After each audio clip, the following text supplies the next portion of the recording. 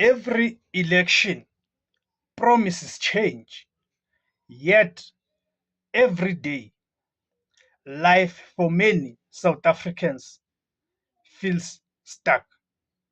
When institutions weaken slowly, people adjust until one day the consequences become impossible to ignore. If current political trends continue, the next 5 years may look very different from what most expect.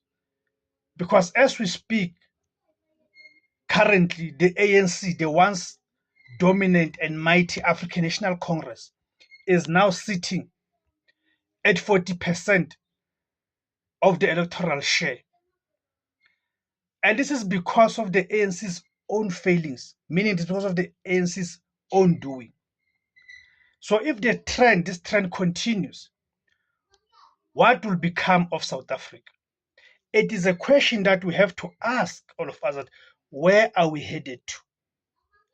This Sunday, all of us need to ask ourselves this question: where are we headed to?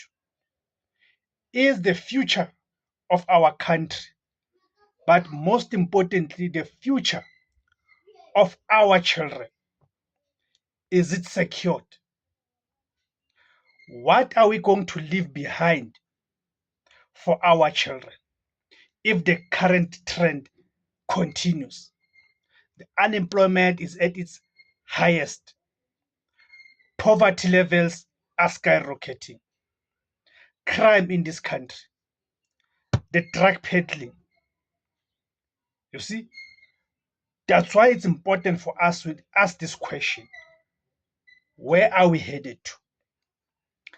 If the current trend in South Africa, our own beloved Azania, right, continue, we are not headed toward the so-called new dawn, but toward a sophisticated sunset of black aspirations, black dreams, black aspirations are being killed on daily basis at the hands of the ANC.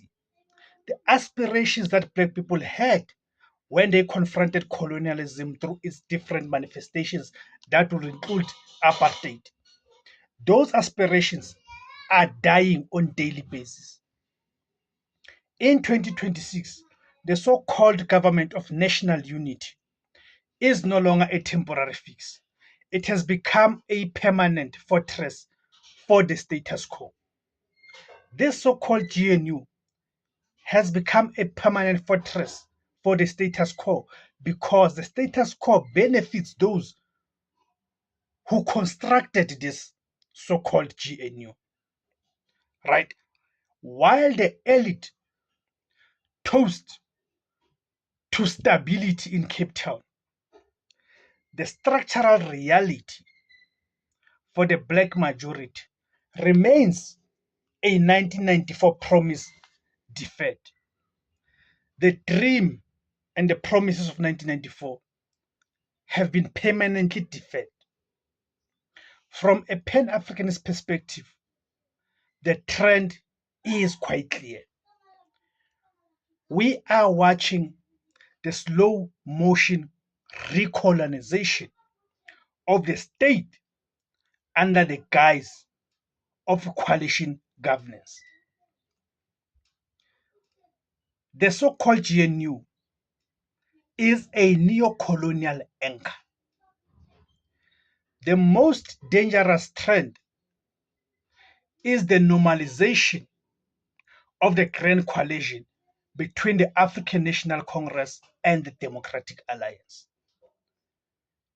The protection of capital, because this so-called GNU has been put in place solely for the purposes of protecting white capital in this country. No one is explaining that the stability investors crave is actually the freezing of progressive policies such as land reform. If trends continue, the 1 trillion infrastructure projects will be awarded to the same historical monopolies, while black-owned firms are relegated to subcontractor crumbs. Our foreign policy is shifting as well.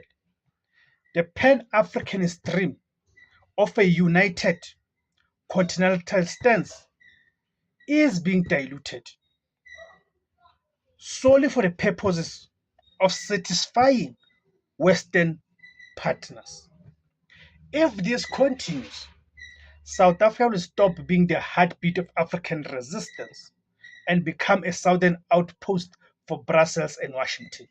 And South Africa has quickly become that, an entry point for the West to penetrate Africa and recolonize Africa. And South Africa has become an outlet for that. And this is happening right in front of our eyes. Another problem, it is the fragmentation of black power. Look at the digital screens and the courtrooms. The trend is black on black political warfare. The factional trap. While senior leaders of the Umkhonto Sizwe Party, the EFF, right, fight on social media over personalities, the systematic machinery of white monopoly capital remains untouched. The silencing of the radical, the death, right, the death of community activists like the ones who are members and leaders of Abahlali Basemjondolo and other non-government aligned organizations. What signal does it send? You see how the radical voices are being silenced. And of course, even the utilization of institutions can be the finance, the banks, and all of that to silence radical voices in this country. Black political power. By 2029, black political power will be so fragmented into small, ego-driven parties that the majority will never again hold a unified mandate for radical change in this country. The divide and rule. Look at how the establishment has managed to infiltrate illegal immigrants in this country and employ those immigrants as a cheap labor to substitute the labor that is provided by black South Africans, because the employers, which is white capital, is circumventing labor laws and labor regulations in this country. And what does that do? Then that pits black people against each other. I'm talking about black people who are of South African originality and those foreign nationals over the resources of this country.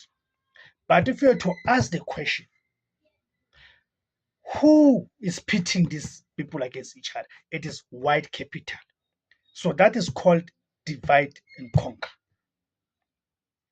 So it then raises serious questions. Some says, where are we heading to? Have we ever stopped for a moment and ask ourselves that where will we be in this as a country in the next 5 years? What does the future hold? What does the future hold for us? The current trend and trajectory is leading us toward a Brazil-style future, a country with extreme wealth inequality, a permanent black underclass, and a political system that is stable only because it has abandoned the poor. So when they talk about creating stability, they solely mean maintaining the status quo, meaning transformation goes out the window, right? But the trends are not distinct. The Pan-Africanist demands a Sankofa moment to go back and fetch what we forgot. We must move beyond the empty promises of Sona and return to the core pillars: land, education, and economic sovereignty. If the black majority does not find a way to unite beyond party lines, colors, and social media feuds, the South Africa of 2020 will be a country that is free on paper, but owned by everyone except the people who bled for it. Thank you guys for tuning in. My name is Tebos Kosana. The name of the platform is Izwi Labansundu, the voice for Africans.